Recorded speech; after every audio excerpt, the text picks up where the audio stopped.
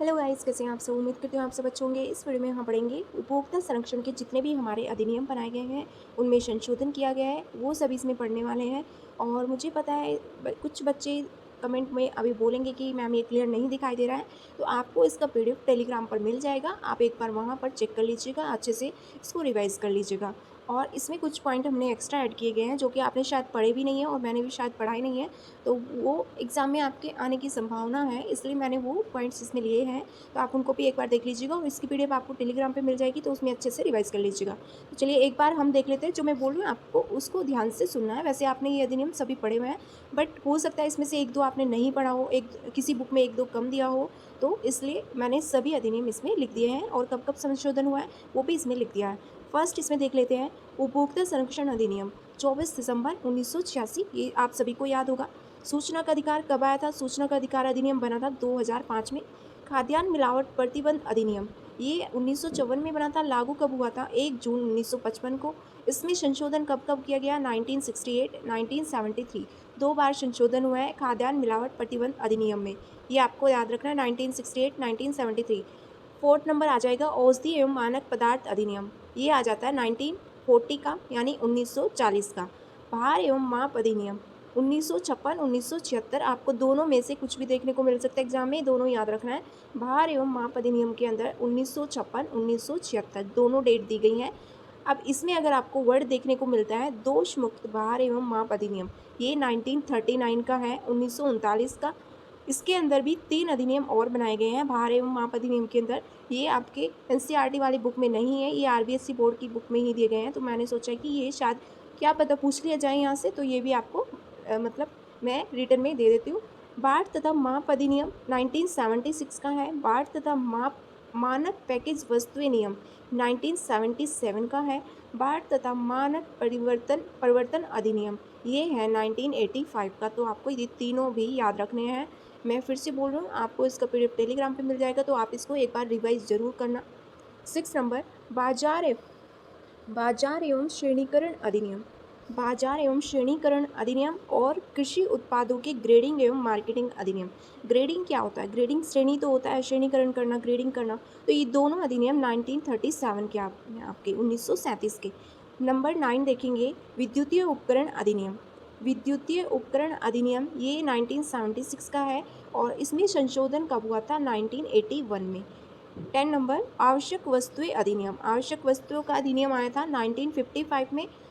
11 number एकाधिकार एवं नियंत्रित व्यापार अधिनियम।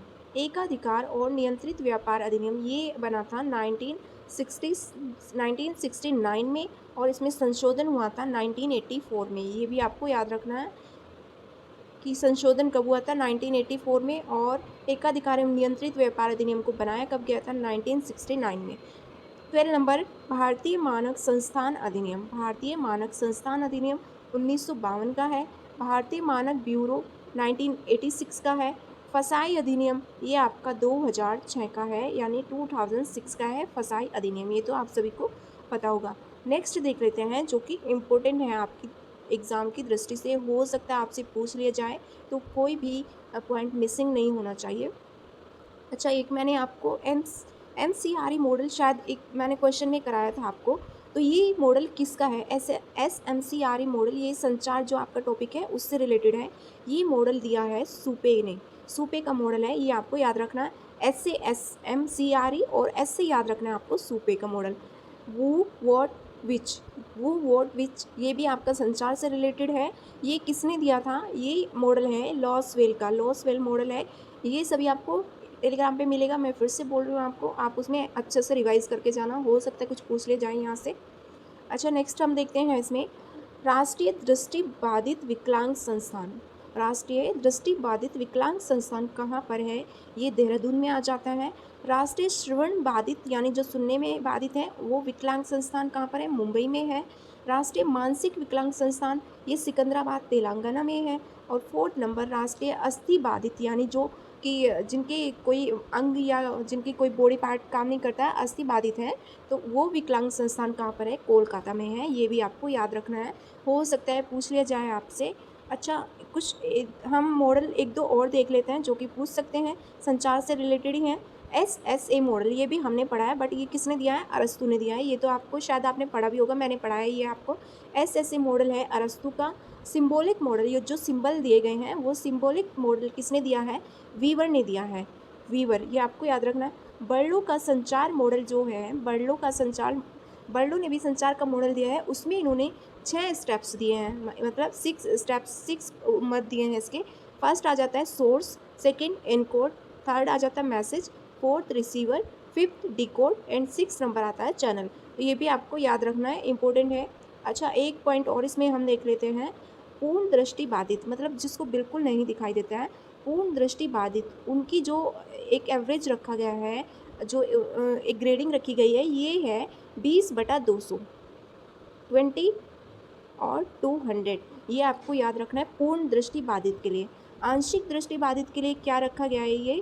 ये रखा गया है 20/70 से 20/200। तो ये भी आपको याद रखना है। हो सकता है पूछ लिया जाए कि पूर्ण दृष्टि बाधित का जो एक ग्रेडिंग है, लेवल है, वो कितना होना चाहिए, आंशिक का कितना होता है, तो ये आपको याद रखना है। पूर्ण दृष्टि बाधित का होता है 20/200 और आंशिक का होता है 20/70 से 20/200। ये भी आपको याद रखना है। दृष्टिबाधित जो बच्चे होते हैं उनके लिए कौन सी लिपि यूज़ की जाती है? ये आ जाती है ब्रेल लिपि। ये भी आपको याद रखना है, ब्रेल लिपि। और इसमें कुछ इंपॉर्टेंट पॉइंट्स हैं। अच्छा, एक वीडियो आने वाली है, उसमें ना आपका रिवीजन है एक तरह से। उसमें मतलब हम जितने भी पॉइंट्स हैं हमारे इम्पोर्टेंट सभी यूनिट्स के, वो उसमें कवर करने वाले हैं। तो वो वीडियो आपको ज़रूर देखनी है। वो मतलब ज़्यादा उसमें टाइम नहीं लूँगी मैं, सिर्फ आपको एक बार पॉइंट्स देखने हैं, आपको रिवीजन करना है एक तरह से, ठीक है? वो आपको वीडियो ज़रूर देखनी है। वो वीडियो मैंने बनाई थी, मतलब कल बन चुकी है, बट मैं थोड़ा बिज़ी थी, कल थोड़ा बाहर गई थी, इसलिए कल अपलोड नहीं कर पाई। ये अधिनियम भी मेरे को कल ही पढ़ाना था, इसलिए कल नहीं पढ़ा पाई, उसके लिए सॉरी। इसलिए मैंने आज आपको बना दिया। ये आप टेलीग्राम पे जा कर के अच्छे से इनको रिवाइज़ कर लीजिएगा। 1-2 क्वेश्चन हो सकता है, आई होप इसमें से ज़रूर मिले आपको क्वेश्चन। और एक वीडियो आने वाली है जिसमें कि आपका ये बताया जाएगा कि आपको क्या क्या लेकर जाना है एग्ज़ाम में, ड्रेसिंग कोड क्या रखना है। क्योंकि मुझे पता है बहुत सारे बच्चों ने एग्ज़ाम दिए हैं, उन सभी को ये रूल्स पता है, बट कुछ बच्चे हमारे साथ ऐसे नए जुड़े हैं कि जो फर्स्ट टाइम एग्ज़ाम दे रहे हैं, तो उनके लिए वीडियो हेल्पफुल होगी, तो एक बार ज़रूर देखना। तो चलिए, अब अगर आपको ये वीडियो अच्छा लगे तो वीडियो लाइक करें, शेयर करें, कमेंट करके अपनी क्वेरी ज़रूर बताएं। Thank you.